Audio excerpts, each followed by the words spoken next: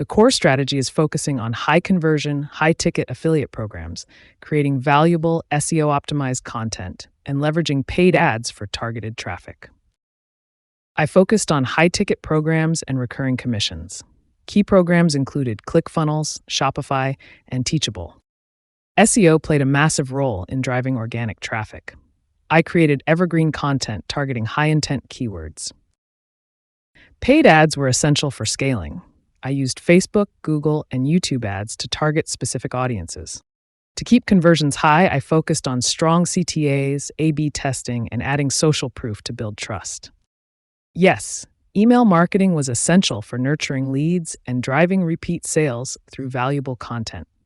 It took around 9 months to reach $150, as I spent time learning and optimizing my strategies.